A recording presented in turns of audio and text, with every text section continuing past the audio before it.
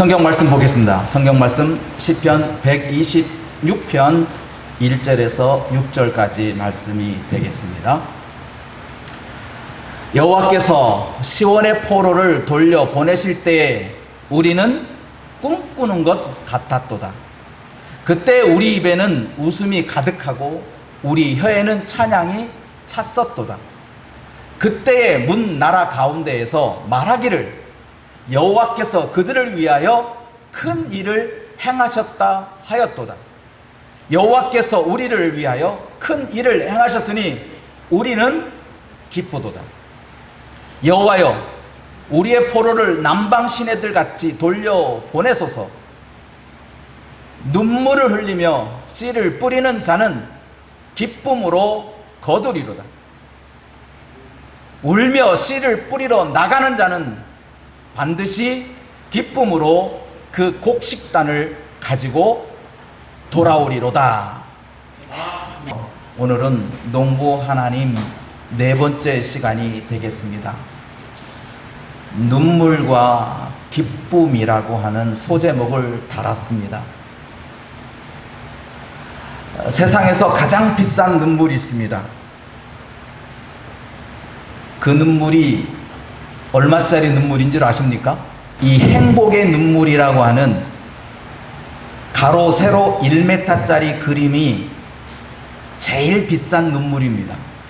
어제 우리나라 환율로 710만 달러를 환율해 보니 자그마치 81억이에요.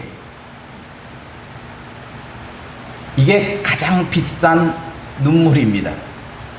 이 세상에는 눈물의 가치와 눈물의 종류는 참 많습니다.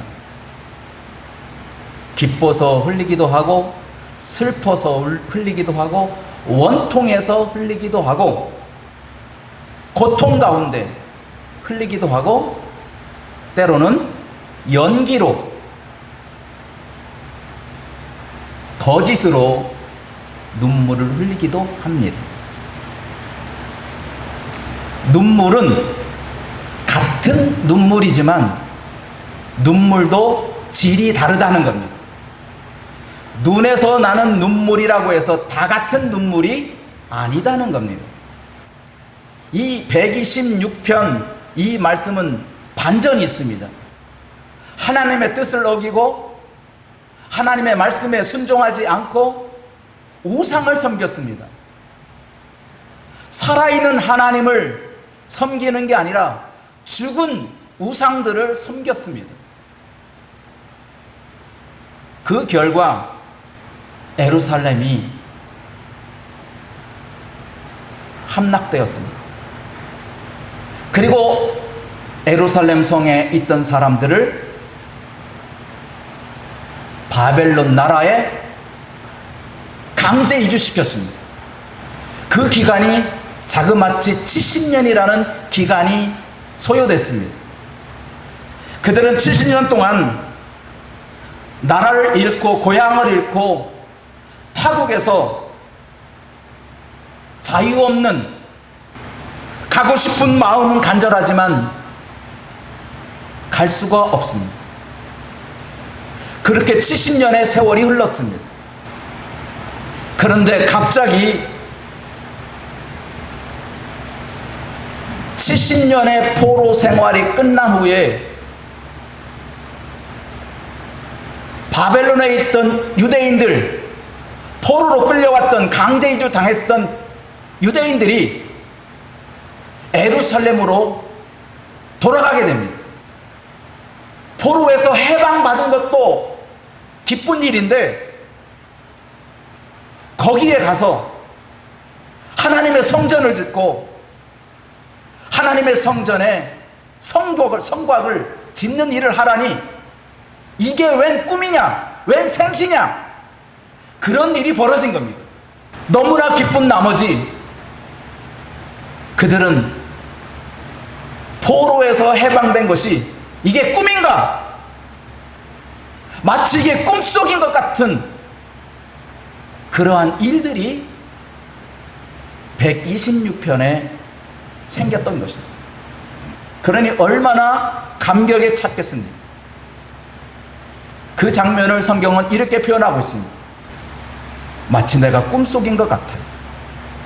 우리가 지금 고향으로 돌아왔는데 이건 현실이 아닌 것 같아.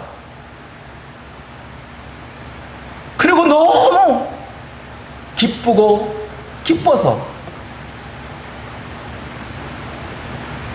입가에 미소가 떠나질 않습니다.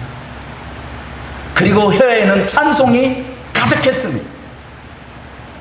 저절로 노래가 펼치는 겁니다.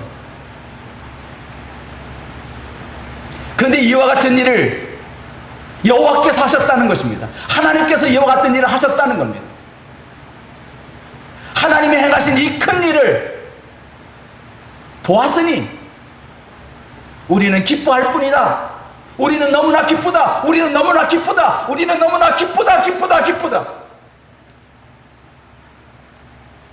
이렇게 기쁨을 찬양하고 있을 때 하나님은 우리에게 말합니다.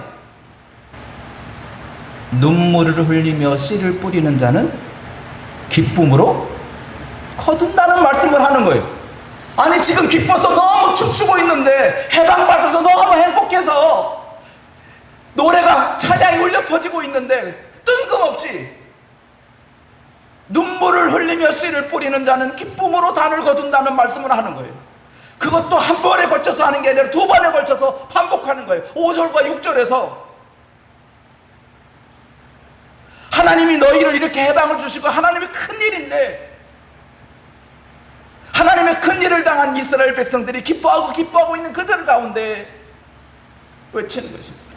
눈물을 흘리며 씨를 뿌리는 자는 기쁨으로 단을 거둔다. 너희가 지금 기뻐하는 것은 누군가의 눈물이 있었다는 거예요. 너희는 지금 눈물을 잃어버리고 기뻐하는데, 그 기쁨의 그 이전에, 해방 이전에 누군가의 눈물이 있었다는 거예요. 왜 그걸 잃어버리고 해방받았다고 하는 그것만 기뻐하고 날뛰고 있느냐? 수확하는 것은 모두가 기쁜 일입니다. 우리 현관에 꽃이 전봇대 옆에 활짝 피고 있어요. 다 진 것 같은데도 또 꽃이 펴요. 그치요? 그래요. 뭔가 결실은 기쁨이에요. 근데 결실의 기쁨만 기쁨이 아니라 그 결실의 기쁨을 가져오기 위해서 그 피나는 눈물이 있었다는 거예요. 5절 6절 다시 볼까요? 눈물을 흘리며 씨를 뿌리는 자는 기쁨으로 거두리로다. 지금 이스라엘 백성들이 해방을 맞아서 춤추고 기뻐하고 있는데 이 말씀을 하신 거예요. 눈물을 기억해라는 거예요. 6절 말씀, 울며 씨를 뿌리러 나가는 자는 반드시 기쁨으로 그 곡식단을 가지고 돌아오리로다. 너희가 기뻐하는 것은 너희가 울며 씨를 뿌렸기 때문에 기뻐한다는 거예요. 예수님께서 눈물로 우리에게 말씀하신 말씀이 세 가지가 있습니다. 하나님의 큰 일, 구원의 길을 이루기 위해서 예수님은 성경 기록에만 등장하는 세 가지의 사건이 있습니다. 요한복음 11장에 보면 나사로가 병들었다는 소식이 예수님에게 전달되었습니다. 예수님 와주세요. 지금 나사로가 병들어서 예수님 오셔서 좀 해결해 주세요. 그렇게 예수님에게 사람을 보내서 전달했는데 예수님은 움직이질 않아요.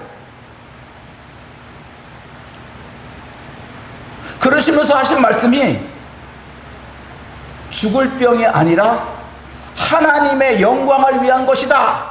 라고 하시고서 가질 않아요. 죽을 병이 아니래요. 죽어가고 있는데 죽을 병이 아니래요. 그런데 나사로가 죽었어요. 나사로의 죽음을 본 수많은 사람들이 통곡합니다. 마르다와 마리아를 보고 그들은 함께 웁니다. 죽어있는 나사로를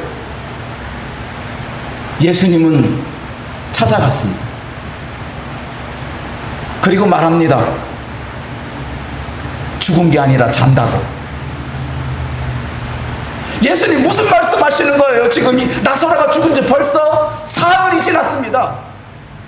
예수님이 여기 오셨다면 오라버니는 죽지 않았을 것인데 예수님이 여기에 계시지 않아서 죽었다는 거예요. 그러면서 웁니다. 그때 예수님도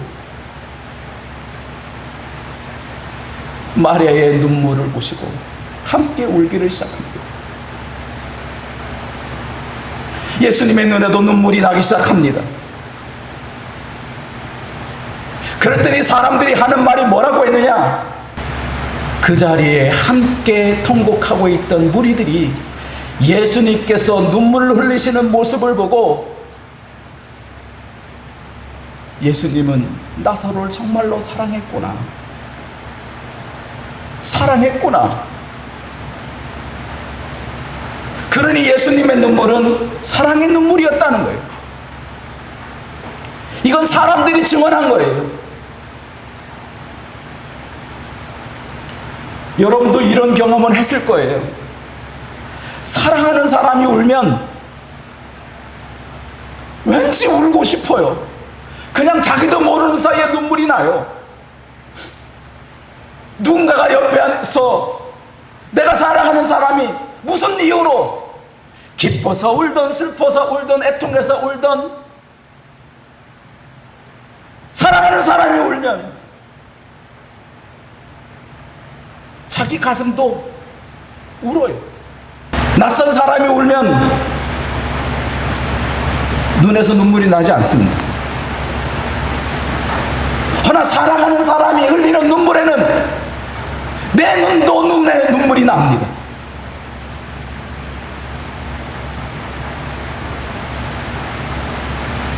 사랑하는 사람이 고통당하고 사랑하는 사람이 아파하고 사랑하는 사람이 흘리는 눈물에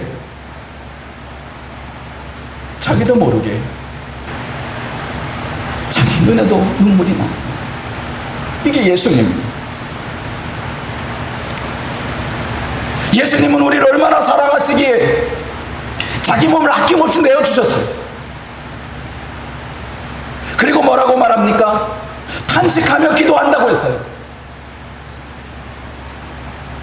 예수님은 지금 우리를 쳐다보는데 누가 아파하고 있고 누가 고통하고 있고 누가 괴로운지 너무나 잘 알고 있어요. 여러분들이 눈물이 있는 그 상황이 되면 우리 주님은 그 눈물 못지않게 예수님의 눈에도 눈물이 나는 거예요. 예수님은 그런 분이세요. 그리고서 말합니다. 걱정하지 말라고. 예수님의 눈물 속에는 함축적인 부분이 여러 가지가 있지만 결과적으로 보면 나사로를 일으켜 세웠어요. 나사로야 나오라! 나사로야 나오라! 썩어서 냄새나는 나사로를 향하여 나사로야 나오라! 죽었던 자가 매었던 것을 풀고 나오는 거예요. 눈물의 바다가 즐거움의 바다로 바뀌어지는 겁니다. 예수님은 분명히 알았습니다. 나사로가 죽을 병이 아니라 하나님의 영광을 위한 것이라는 것을 알았지만 사람들은 그것을 모르고 통회하고 자복합니다. 울고 불고 난립니다. 그 울음 속에 예수님은 동조합니다. 나도 너의 눈물을 안다. 나도 눈물을 안다.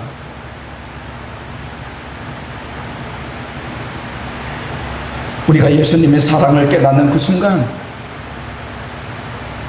나의 아픔이 곧 예수님의 아픔이고, 나의 슬픔이 예수님의 슬픔이고, 나의 괴로움이 예수님의 괴로움이라는 것을 알게 됩니다. 왜냐하면 예수님은 우리와 동질이거든요. 우리를 절대 외딴 섬으로, 외톨이로 두시는 분이 아니거든요. 예수님은 그렇게 사랑의 눈물의 씨를 뿌렸습니다. 두 번째 등장하는데, 이건 시편 오늘 본문과 비슷한 분위기입니다. 예수님께서 어린 나귀를 타고 예루살렘에 입성합니다. 호산나 다윗의 자손이여, 호산나 높은 곳에서, 가장 높은 곳에 호산나 호산나였던 그 장면에서 예수님이 우셨습니다.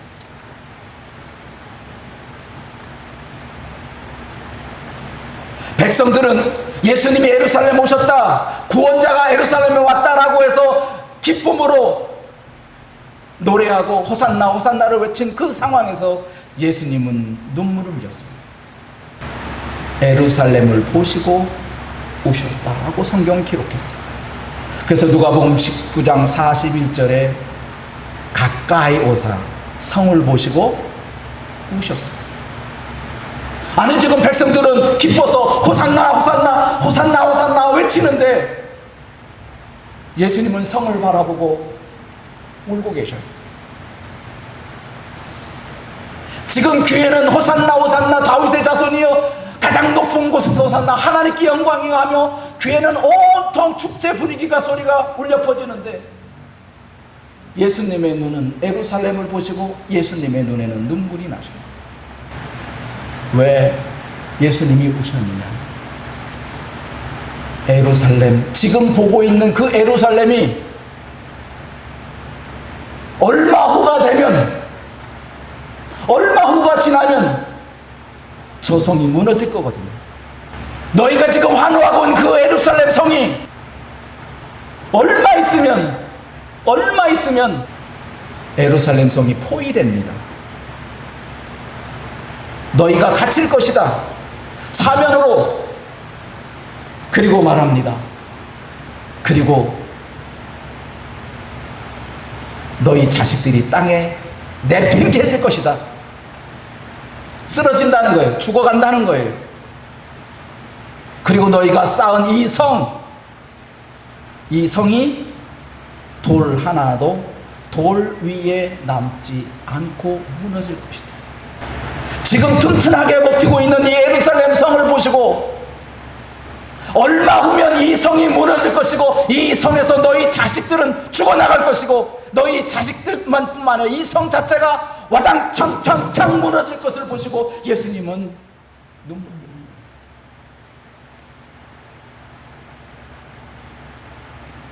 예루살렘 성에는 장래가 없어요.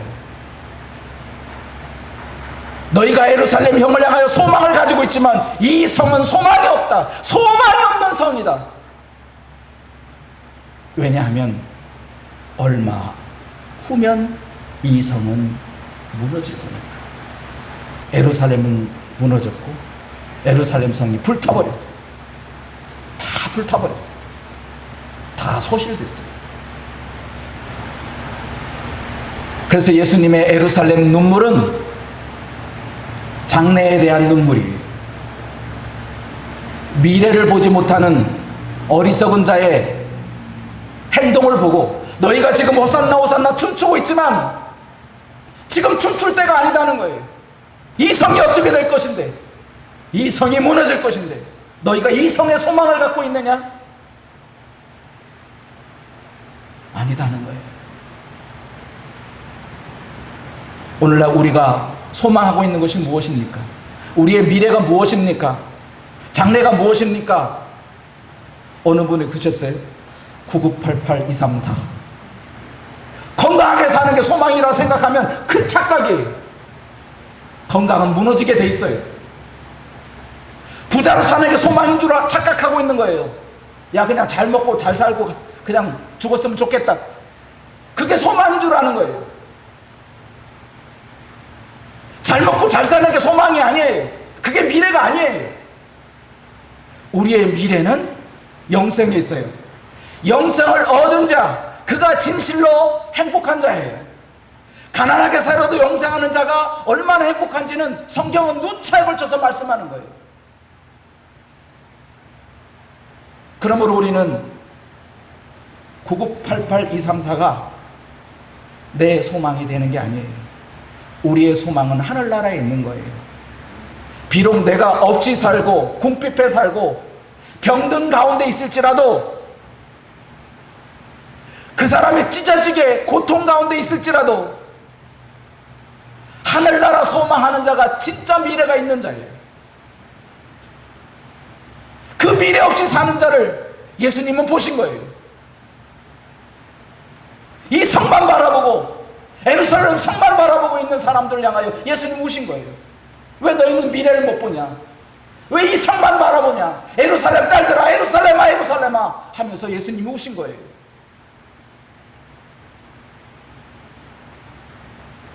우리의 삶도 되돌아봐야 돼요. 우리의 미래가 어디에 있느냐? 내 자식이 잘 되는 거, 내가 건강하게 사는 거, 내가 부유하게 사는 거, 내가 병들지 않고 사는 거, 그게 미래로 착각하지 마세요. 그건 미래가 아니에요. 우리의 미래는 영생이 우리의 미래입니다. 영원히 사는 것을 소망하시기 바랍니다. 건강히 사는 게 중요한 게 아니라 하나님 나라를 소유하는 것이 더 중요하다는 것을 깨달으시기 바랍니다. 그러면 예수님은 두 번 다시 그런 눈물을 흘리지 않아요.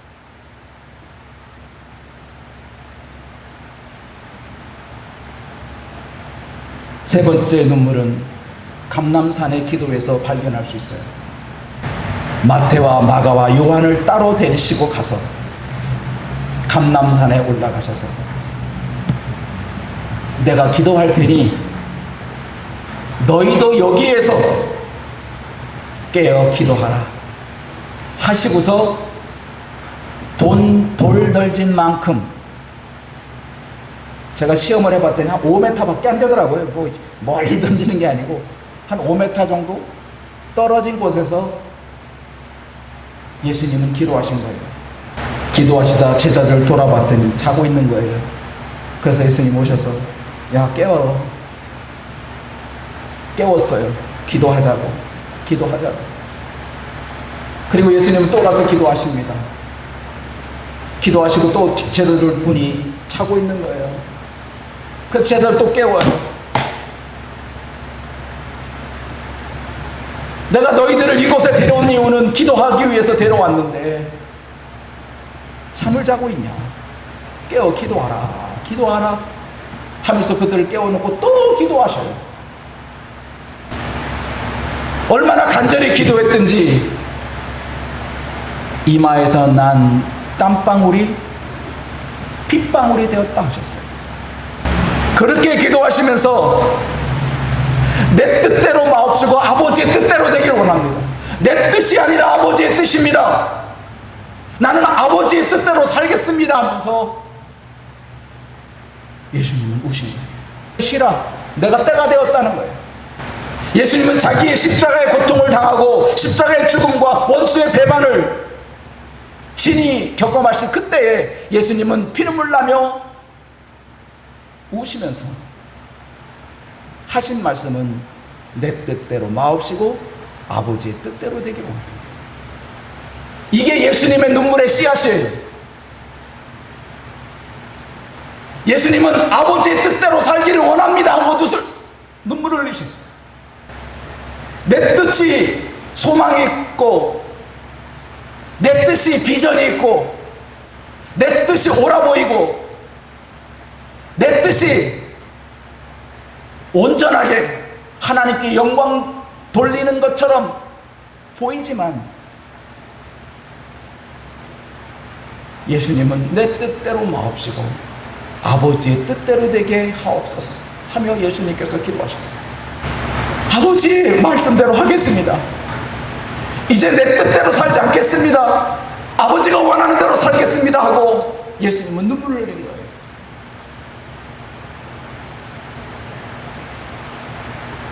그 씨앗이 그대로 이루어졌어요.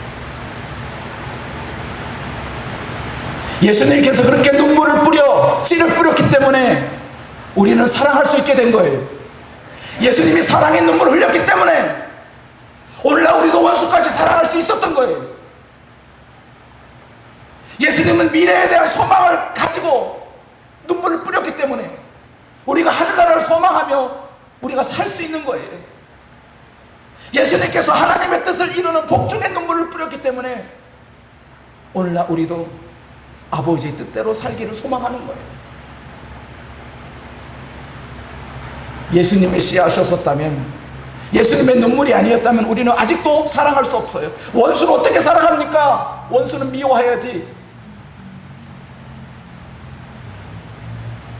이렇게밖에 안 끝내는데 예수님이 원수에 대한 사랑을, 눈물을 보였기 때문에 우리 또한 원수를 사랑할 수 있게 된 거예요.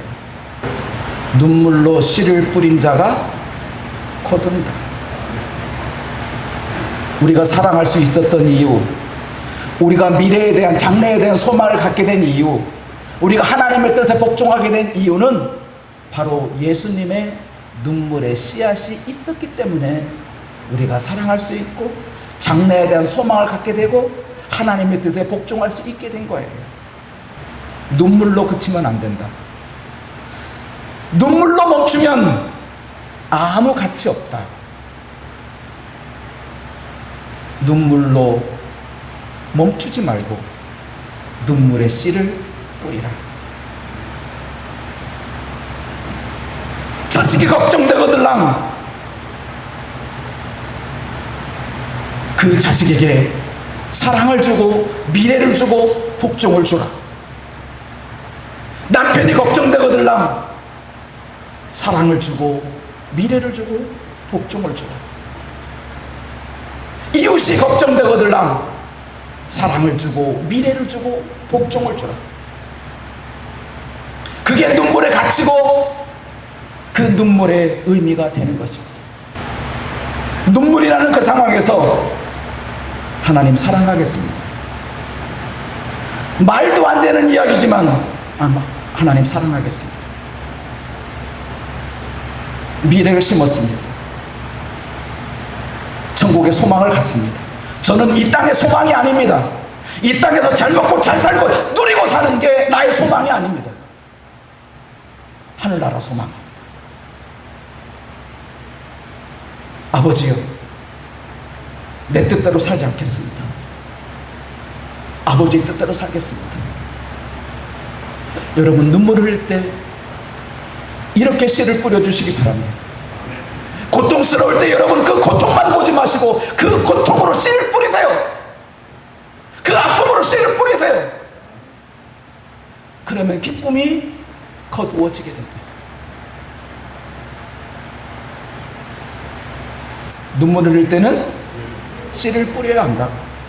눈물로 멈추면 아무 가치 없다. 그 눈물은. 그러나 그 눈물이 흘릴 때 씨를 뿌리라. 사랑을 뿌리고 미래를 뿌리고 복종을 뿌리라. 그러면 거기에 무엇이 있다? 기쁨으로 거둔다. 우리가 삶의 여러 가지 우여곡절 속에 여러 가지 눈물을 당하게 됩니다. 그때마다 우리 씨를 뿌리십시다. 열심히 뿌리십시다. 열심히 뿌리십시다. 무슨 씨? 사랑의 씨를 뿌리십시다. 할렐루야. 미래의 씨를 뿌리십시다. 할렐루야. 그리고 복종의 씨를 뿌립시다. 어떤 상황이든지 어떤 일을 당하든지 여러분 절대로 사랑을 놓쳐서는 안 돼요. 미래를 놓쳐서 하나님의 나라를, 소망, 영생을 놓쳐서도 안 돼요. 그리고 하나님의 뜻을 놓쳐서도 안 돼요. 이것을 뿌리시기 바랍니다. 그러면 그것이 70년 후에 맺힐지 30년 후에 맺힐지 내 때가 아니도 그 다음 때에 맺혀도 반드시 맺힐 것입니다. 우리 그날을 소망하면서 우리가 올 일이 있을 때 열심히 우리 씨앗을 뿌려봅시다.